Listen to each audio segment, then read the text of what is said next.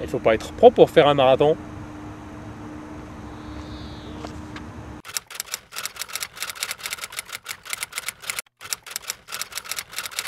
Non, pas besoin d'être pro pour faire un marathon. Oh, Saïd, arrête, Saïd. Oh, Saïd. Oh. Qu'est-ce que tu fais là? Quoi? Viens voir, va. Qu'est-ce que tu m'as fait là? Je m'entraîne au départ du marathon. Je veux partir comme une bombe dès le départ. T'es fou, attends, je vais t'expliquer là.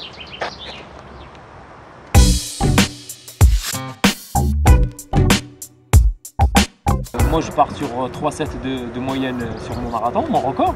3,7 c'est quoi? 3 minutes 7 secondes par kilomètre. D'accord. Et ça a donné 2h11 sur le marathon.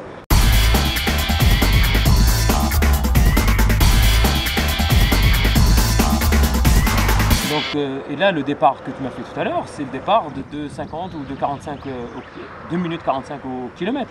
Et là, c'est le suicide. Donc, ce départ-là, bah, mon gars, 30e kilomètre, c'est pas le mur que tu vas prendre, c'est pire que le mur. Hein. C'est quoi le mur? Bah, le mur du 30, c'est on va consommer tout le sucre, la réserve de sucre qu'on a sur le départ. C'est pour ça qu'on dit qu'il faut faire attention les 5 premiers kilomètres, il faut même presque partir moins vite que ce qu'on avait prévu pour mieux entamer son marathon. Ben, une fois que tu n'as plus de réserve de sucre, ben, au bout de vers le 30e, 35e, ben, tu n'auras plus de réserve et voilà, il ne t'avancera plus. Ouais, pourtant, moi je t'ai vu partir comme un malade au championnat de France de cross. Ouais, mais c'est pas pareil. Donc le cross, c'est un 11 km. Deuxièmement, moi je suis parti comme un malade, mais j'étais pas au suicide, donc j'ai gardé quand même une réserve. Je suis parti à 90%, 85% peut-être, et je suis parti sur 1 km, donc j'ai géré mon effort. Mais après il y avait une tactique de course dedans. Donc je suis parti comme ça pour sélectionner un petit peu les adversaires, pour voir où ils sont, c'est qui est fort et pas. Et une fois que j'ai fait le tri, donc on était une dizaine d'athlètes, je me suis mis derrière. Et après j'ai récupéré. À aucun moment tu m'as vu devant. Et après donc je suis resté derrière jusqu'à l'arrivée.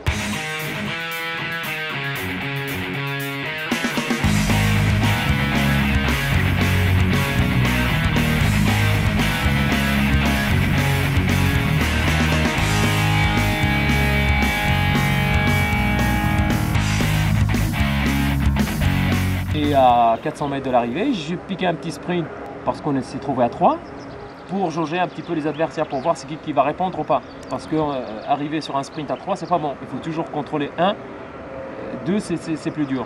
Et donc, une fois que j'ai accéléré à 400 mètres, il y a un qui a répondu tout de suite, le troisième il a explosé, et j'ai tout de suite relâché. Donc la même méthode que j'ai utilisée au départ, j'ai fait au sprint, et le gars il a cru que j'étais fatigué, il a rattaqué derrière, je me suis mis derrière sur quelques mètres, et quand j'ai mis une accélération très forte, mais il n'a pas pu répondre, et j'ai pu gagner ma course.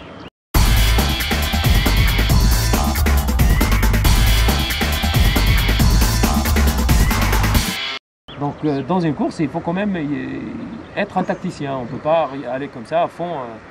Même sur le marathon, il y a une grosse tactique de...